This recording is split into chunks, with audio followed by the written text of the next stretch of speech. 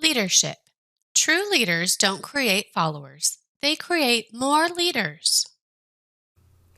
Leadership is the process whereby an individual influences a group of individuals to achieve a common goal. The process of influencing others through leadership involves facilitating motivation in others, where the leader focuses on getting individuals to collaborate in the pursuit of a common goal. Our two operational definitions of leadership are the behavioral process of influencing individuals and groups towards a set goal, or influencing others through credibility, capability, and commitment. Bill Walton is an American retired basketball player and television sportscaster. Walton became known playing for John Wooden's powerhouse UCLA Bruins in the early 1970s, winning 3 successive College Basketball Player of the Year awards, while leading the Bruins to 2 Division I national titles. He then went on to have a prominent career in the NBA, where he was the league's most valuable player and won 2 NBA championships. Bill Walton had this to say about his former coach. Wooden was a teacher. He taught on a constant basis, from showing us how to put our shoes and socks on to building a foundation based on the human values and personal characteristics embodied in what he called his pyramid of success.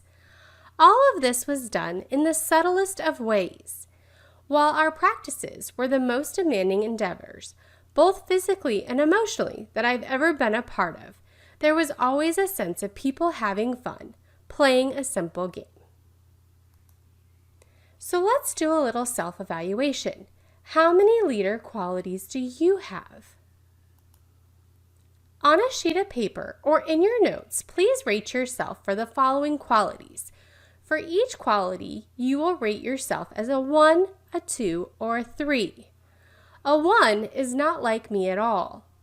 A 2 is somewhat like me, and 3 is very much like me.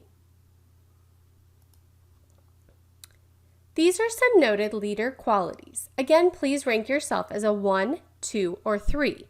1 is not like me at all. 2 is somewhat like me, and 3 is very much like me. What about your integrity? Do you have flexibility? What about your loyalty? What about your confidence, accountability, candor, preparedness, resourcefulness, self-discipline, and patience? Think about it. I'll give you a little time and you can pause the video if you need to. How many 1s do you have? How many 3s? Based on your personal evaluation and related to these characteristics, what are your strengths as a leader? Also, do you have any potential weaknesses? These are important things to discover and to learn about so that we can improve our leadership capabilities. So how do people become leaders? And who exactly is a leader? Emphasis is placed on better understanding leadership as a complex social process. There are 4 factors of effective leadership: leader qualities, situational factors, leadership styles, and follower qualities. In sports and exercise, the dimensions of leadership also include making decisions, motivating participants, giving feedback, establishing interpersonal relationships, and directing the group or team confidently. The words manager, leader, and instructor are often used interchangeably. However, they are not always the same thing. A manager takes care of things such as scheduling, budgeting, and organizing, whereas a leader is concerned more with the direction of an organization, including its goals and objectives. Leaders often perform the same functions as a manager. However, the leader acts in other important ways as well. Leaders commonly provide vision, direction, goals, and objectives for the team. Leaders try to provide the resources and support to get the job done. An instructor teaches skills and techniques. Activity-centered activities are commonly employed to get engagement from group members. They focus on results and they use their position to gain compliance from members of the group or students in the class. Coaches, teachers, and exercise specialists are leaders who seek to provide each participant with maximum opportunity to achieve success. Successful leaders also should try to ensure that individual success helps the achievement of team success as well. So some typical leader considerations. Can tasks structured be used to an advantage without coercion and deceit towards subordinates? What about decision verifiability? Can we examine the degree to which decisions are correct? We need to examine the consequences associated with actions and decisions.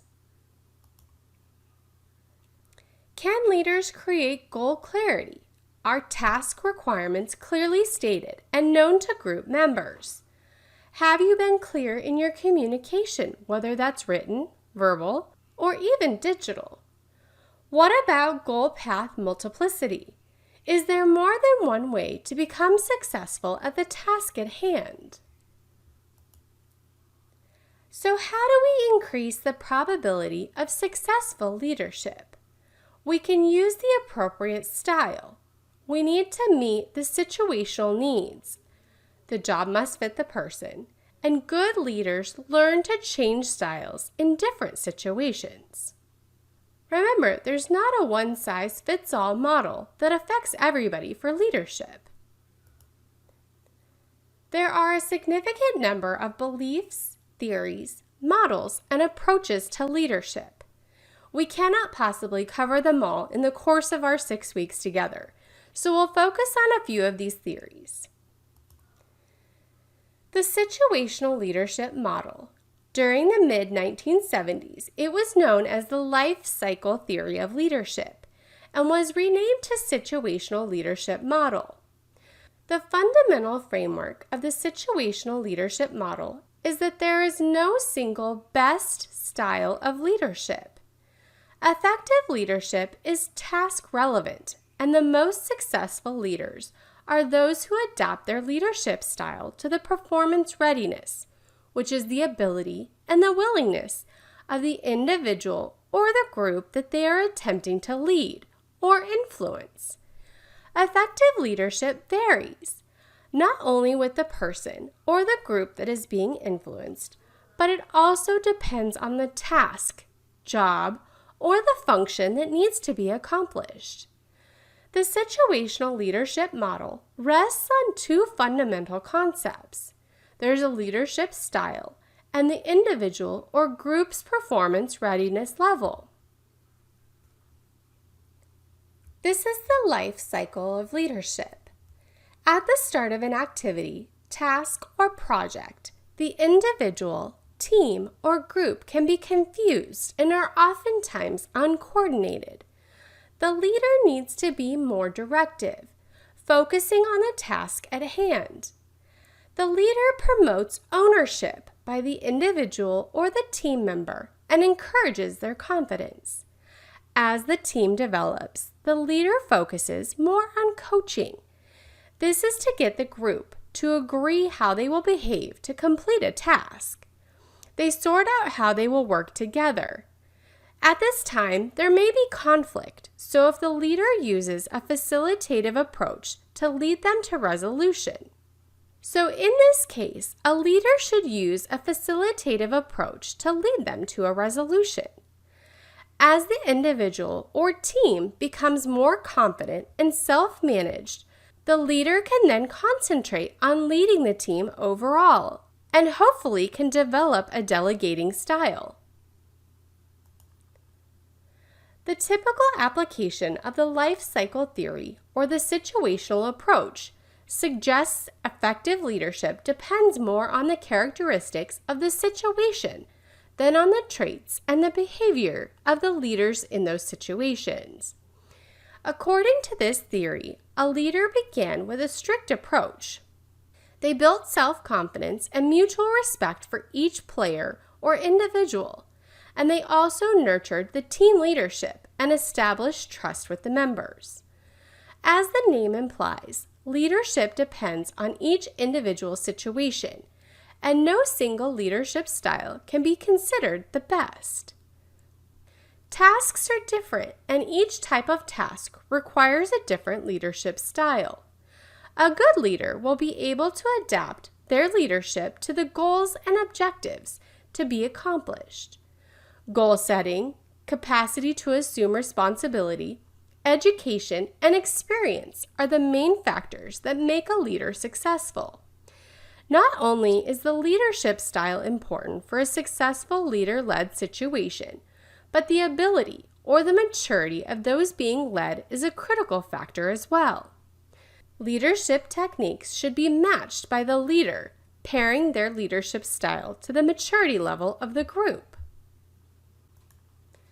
The trait approach suggests that we may be able to determine the specific characteristics or personality traits common to great leaders in business and industry. Leadership traits are relatively stable personality dispositions, such as intelligence, assertiveness, independence, and self-confidence. This means that great leaders are born and not made. Researchers have argued that successful leaders have certain personality characteristics that make it likely that they will be leaders no matter which situation they are in. This would suggest that common leader traits would be present in all leaders. However, this is not really seen in practical application. There are a variety of characteristics seen among leaders, and we do not see leaders in one area automatically recognized as leaders in another area. At this point in time, no common leadership traits have been documented among coaches, exercise leaders, or performers. Leaders have a variety of personality traits. No specific traits make all leaders successful in every situation. Behavioral approaches are nearly the opposite of trait approach. The behavioral approach suggests that great leaders are made and not born. This would suggest that discovering universal behaviors of effective leaders could allow people to learn how to become leaders. Anyone then could become a leader by simply learning the behaviors of other effective leaders.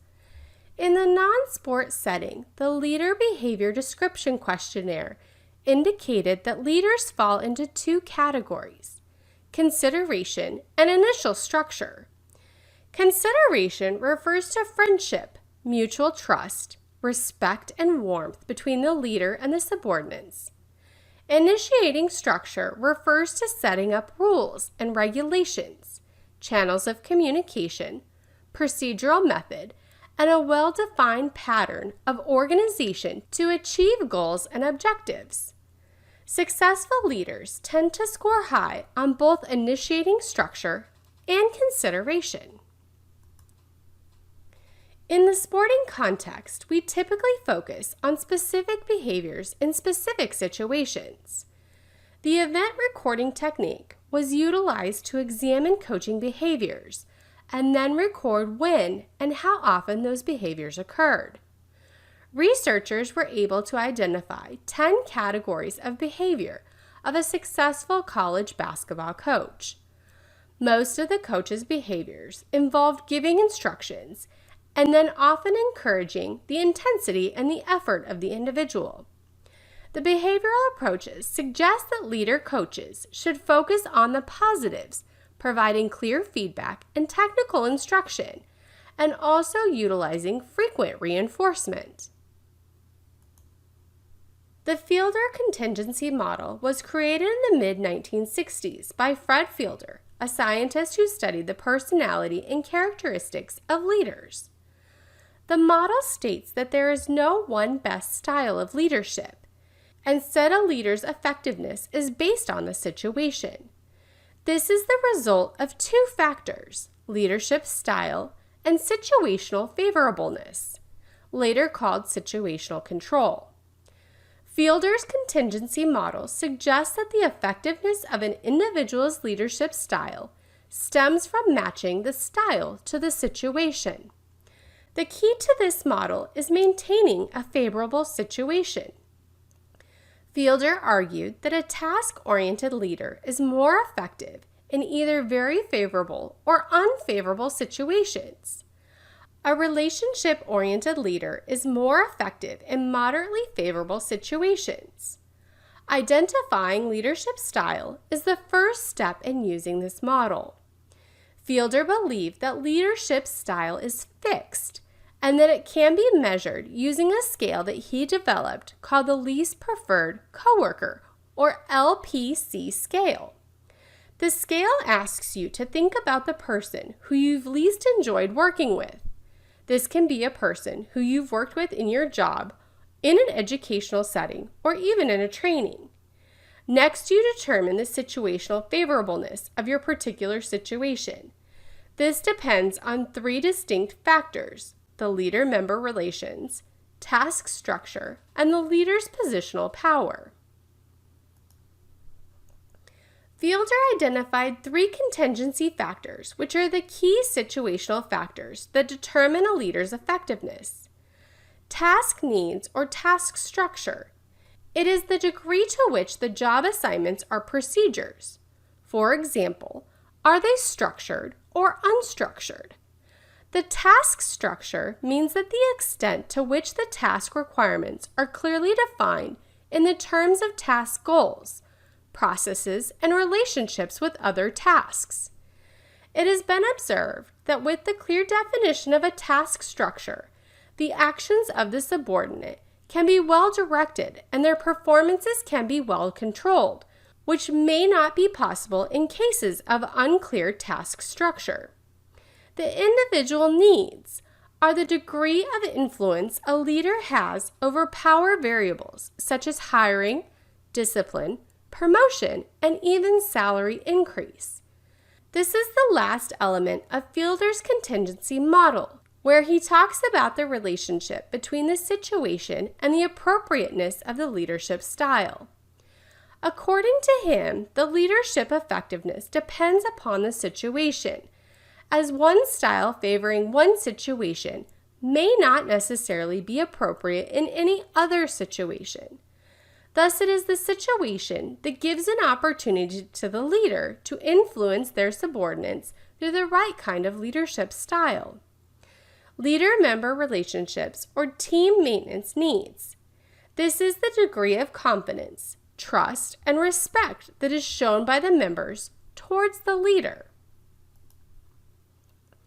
So how does Fielder's contingency model work? The idea is that the two different leadership styles, task-oriented and relationship-oriented, can both be effective, but in different situations. Fielder identifies three different types of variables that can impact a situation. The variables are not all equal in importance. They include the relationship between the leader and the followers, which is the most important. The task structure, how defined are the group's tasks, which is moderately important. And the position power, how much formal authority is the leader given, which is the least important.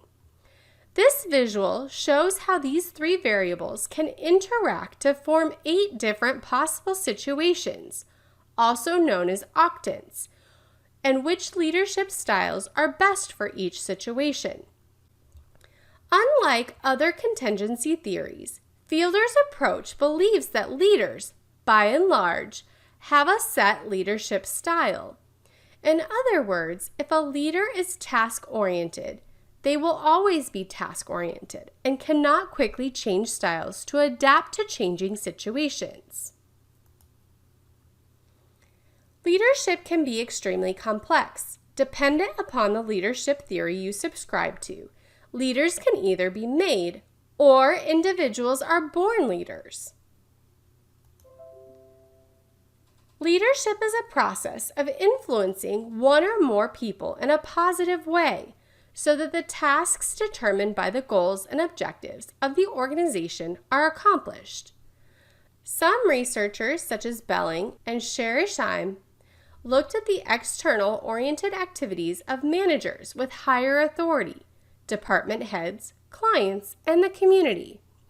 They suggested that it is difficult to find a single leader who can exhibit strong concern for both people and productivity at the same time. The task, team, and individual are essential components that good leaders should pay attention to. Factors relating to the task, to the team itself, and to the individual members of the team. At any time, the emphasis on each circle may vary, but all are interdependent, so the leader must watch all three. Task needs include setting a clear goal and objectives, and organization and management of the process. Team needs are things like effective interaction, support, shared work and communication within the team and with other teams. Individual needs will of course vary from person to person, but the effective leader will pay attention to and deal with how each person is behaving and feeling.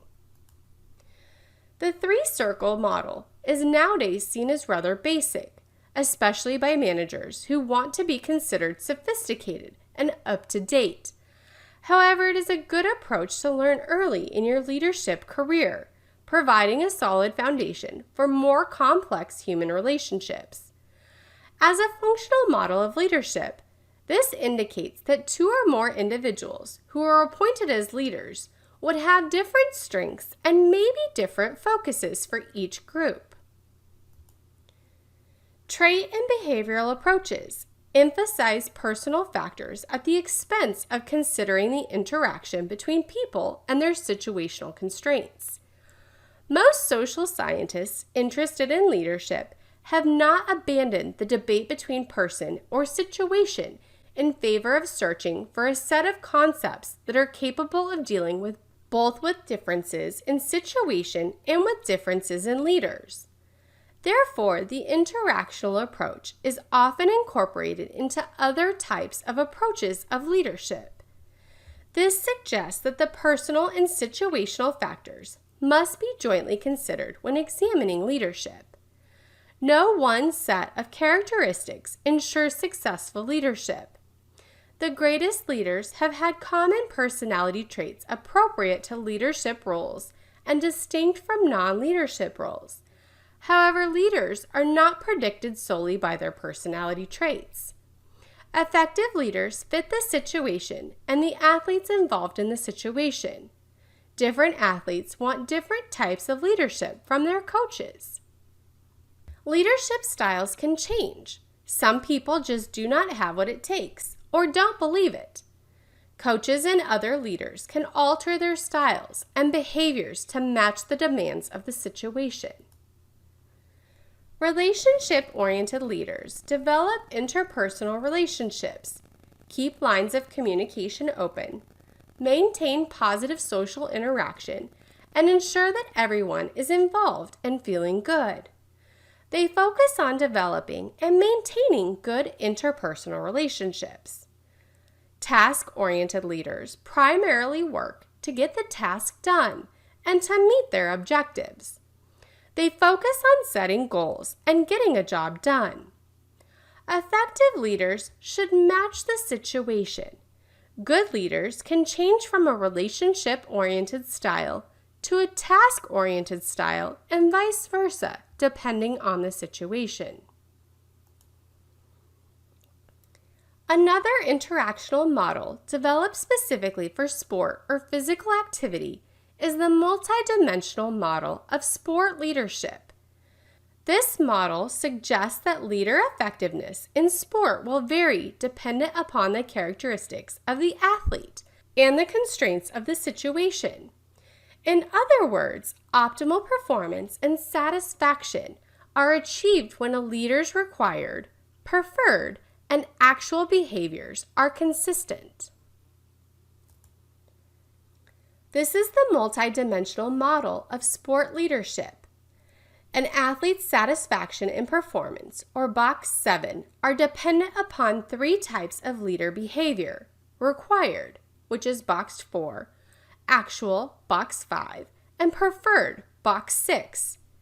The situation, Box 1, the leader, Box 2, and the members, Box 3, lead to these three kinds of behaviors, so they are called antecedents. The following slides will explore some research on multidimensional models of sport leadership. The Leadership Scale for Sports, or LSS, was developed to measure leadership behaviors, including athletes' preference for specific behaviors, athletes' perception of their coaches' behaviors, and coaches' perceptions of their own behaviors. The LSS has 5 dimensions: training behavior or instructional style, which is motivation and teaching efficacy of coaches, appears to lead to training and instructional leadership behaviors. Democratic behavior or decisional-making style allows athletes to participate in decisions about the group's goals, practice methods, and even game tactics and strategies. Social support or motivational tendencies are attempting to establish warm relationships with athletes.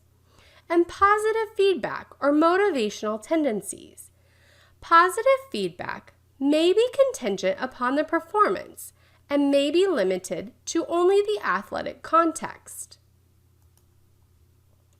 Some other factors that are associated with leadership may include the following: age and maturity. As people get older and mature athletically, they want coaches that get things done and is highly organized, but who is also supportive of their players. There are also gender differences among preferred leader characteristics. Women tend to prefer democratic and participatory coaching, while men tend to prefer training and instructive behaviors. Nationality. Cultural background may influence leadership preferences as well. Also, the type of sport. Athletes who play highly interactive team sports prefer an autocratic coaching style, more than do athletes in co-acting sports. Another leadership model related to sports is the cognitive meditational model. This is a model of leadership behavior that emphasizes the relationship among situational, cognitive, behavioral, and individual difference variables. A situational approach to leadership behavior argues that coaching behaviors vary as a function of situational factors in the athletic context and to coach player individual cognitive differences. In the cognitive meditational model of leadership, player perception of coach behaviors mediate the effect of coach behaviors on player responses.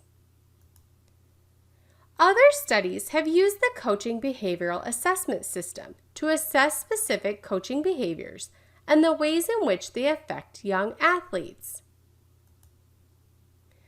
About 2/3 of all observed coaching behaviors were found to be positive and fell into the following categories: positive reinforcement, and general technical instruction and general encouragement.